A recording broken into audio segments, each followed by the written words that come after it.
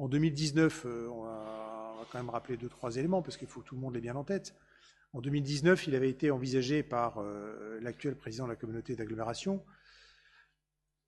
sur la base du gré à gré, donc sans vraiment de démarche d'appel d'offres, ou d'appel à concurrence plutôt, à confier à un gestionnaire privé l'ensemble du site. Bon, pour un projet qui, à l'époque, sans doute, avait paru un peu flou, puisqu'il y avait beaucoup d'acteurs, et pas simplement que des élus du territoire, qui s'étaient un peu émus de cela, et notamment les cavaliers olympiques qui avaient gagné en 2017 à Rio, Bosti, Philippe Rosier, et tous les cavaliers olympiques d'ailleurs. Toute la filière cheval s'était émue de cette décision.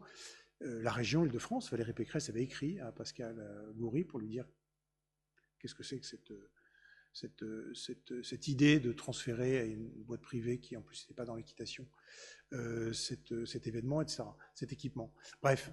bon, suite à ça, le président de la communauté d'agglo avait retiré son projet, et un groupe de travail à mon initiative, puisque j'étais conseiller régional à l'époque, Valérie Pécresse m'avait demandé de monter un groupe de travail qui s'est réuni pendant plus d'1 an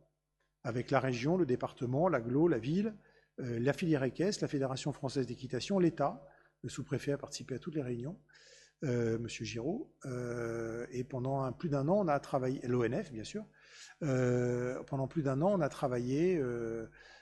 à quel portage pour le Grand Parquet.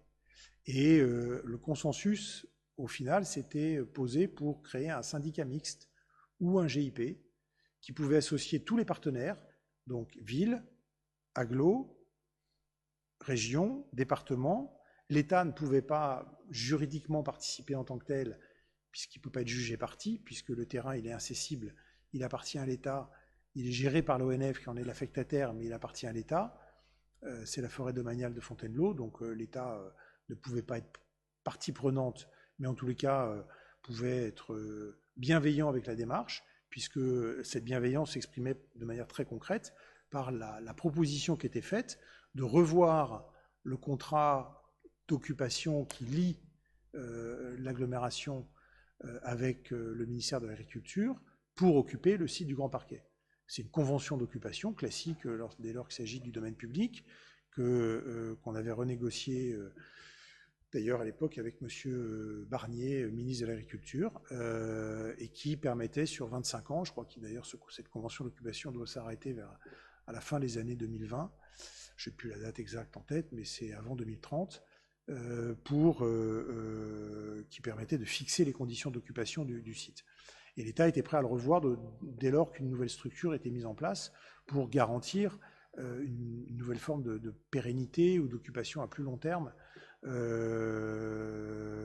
avec des occupations équestres majoritairement. Bon, aujourd'hui on en est là. Ben oui, mais l'acteur principal du feuilleton, c'est la communauté d'agglo. Et aujourd'hui, les discussions ont calé parce que, on peut se le dire, la communauté d'agglo, à l'époque, n'avait plus souhaité embrayer, ou en tout cas, voilà, le processus était arrêté. Je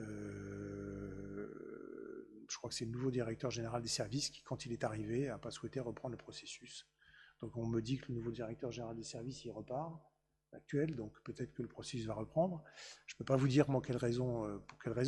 mais je peux vous dire une chose, c'est que régulièrement la région me dit alors on en est où, parce qu'on a bossé pendant plus d'1 an sur un projet de portage partagé